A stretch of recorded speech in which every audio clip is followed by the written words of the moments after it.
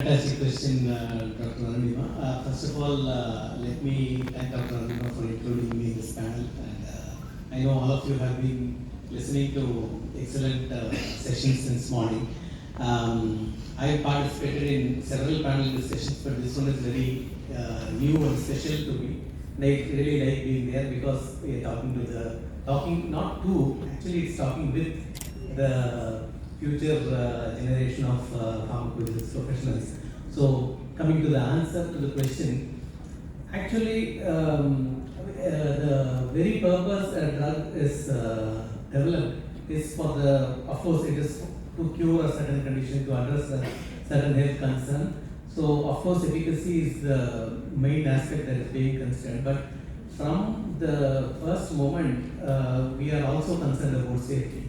We talk a lot about the safety of the product even before human beings take it, but it is not necessarily called within quotes pharmacovigilance. So the word pharmacovigilance, it is even now there's a little bit debate around that. Mostly it is used in the post-marketing context, but there are also words like clinical pharmacovigilance, clinical safety, we use such words. So effectively, if you ask me where it starts, the moment a human being takes the drug, which is obviously the phase 1 situation. From that point of time, the word pharmacovigilance has a meaning.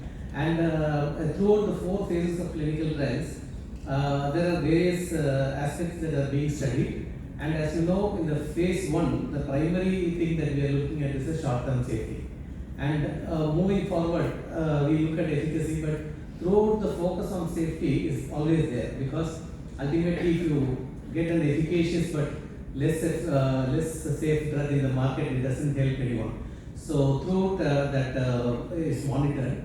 And how it is monitored, if you ask, right from the clinical trial protocol, where you have inclusion-exclusion criteria, you kind of exclude certain patients who could potentially get into harm.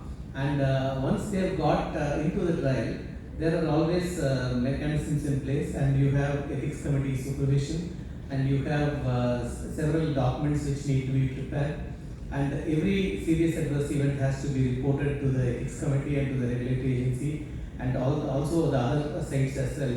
So you have that network, and everyone is aware of what is happening, and actions are taken very quickly. Every SAE is treated as much more than a medical emergency, and you have a chance to address it. And not only the SAEs, the AEs are also logged, not necessarily submitted, but they are also logged. And you have periodic reports like annual safety report and all those to address not long term, but say during the trial concerns.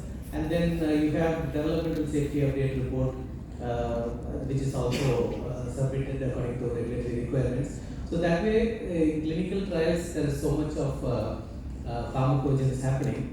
But the question where it ends, actually it never ends. It needs to be there throughout the time the product is in the market. Or in other words, when you can stop pharmacovigilance when you pull out the product from the market. But I don't want to take the next panelist's answer, so I'll stop here. I think the next panelist